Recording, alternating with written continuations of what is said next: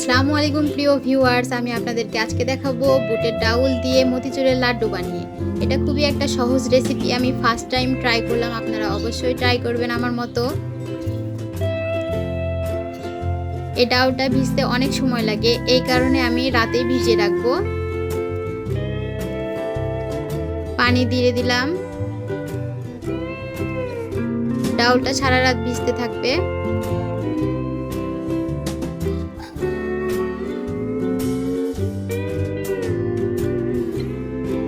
সকালে দেখুন ডাউলটা কত বড় বড় হয়ে গেছে, ফুলে গেছে।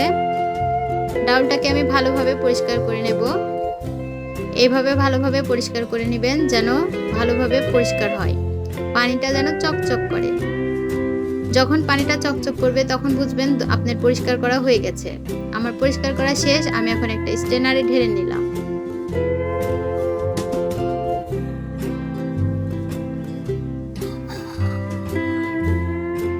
পানি ঝরে যাওয়ার পর আমি এগুলোকে ব্লেন্ড করে নেব।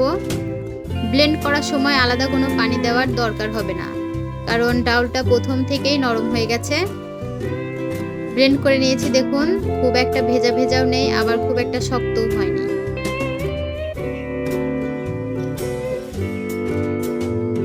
লোহার কড়াইয়ে তেল গরম করে নিয়েছি, এবার এগুলোকে ছেড়ে দেব। এগুলো বড়ার মতো ছোট ছোট করে দিলেই হবে। আমি একে একে সব দিয়ে দেব।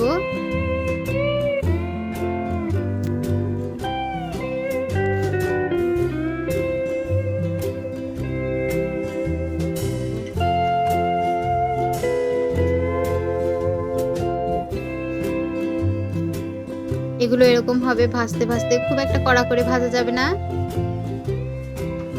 কিন্তু ভেতরে যেন সিদ্ধ হয় সেভাবে ভাজতে হবে।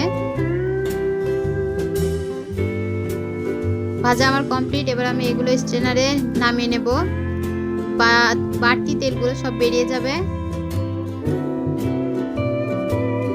এবার এটা আমি ঠান্ডা করার জন্য রেখে দিলাম। এখন আমি সিরকা তৈরি করে নেব। কড়াইয়ে দিয়ে দিলাম 1 কাপ পরিমাণ পানি, অ্যাড করব 1 কাপ পরিমাণ চিনি,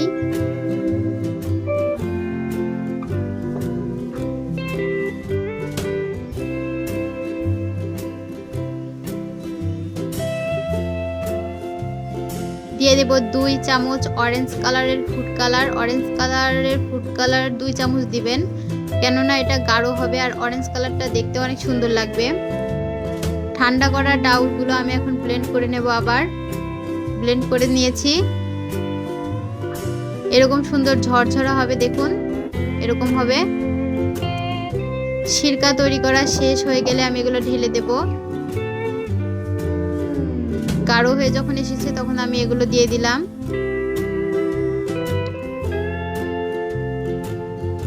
আমি 2-3 টুকরা সাদা এলাচ দিলাম, আবার ভালোভাবে নাড়ছি। এখনো এগুলো ভালো মতো হয়নি, আর একটু আঠালো আঠালো ভাব আসতে হবে।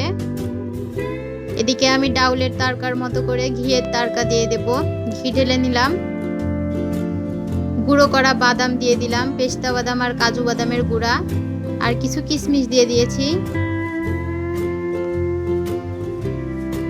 এগুলো এখন ঢেলে দেব ডাউলের মধ্যে। এখন লাড্ডু বানাতে হবে গোল গোল করে। দেখুন আমার সবকিছুর প্রসেসিং করা প্রায় শেষ। আমি এখন ডেকোরেট করেছি, দেখুন আপনাদের যার যেমন ভাবে পছন্দ সেভাবে ডেকোরেট করে নেবেন। কতগুলো লাড্ডু হয়েছে। আমি পেস্তা বাদাম দিয়ে সুন্দর করে ডেকোরেট করে নিয়েছি, কিশমিশ দিয়েছি, ওর বাড়তি কোনো কিশমিশ দেই নাই, যেগুলো লাড্ডুর মধ্যে দিয়েছিলাম সেই কিশমিশগুলাই দিয়েছি। দেখুন খেতে অনেক সুস্বাদু হয়েছে। আশা করি আপনাদের কাছে দেখতে ভালো লাগছে। আপনারা যদি বাড়িতে ট্রাই করেন আপনাদের কাছে খেতেও এটা ভালো লাগবে।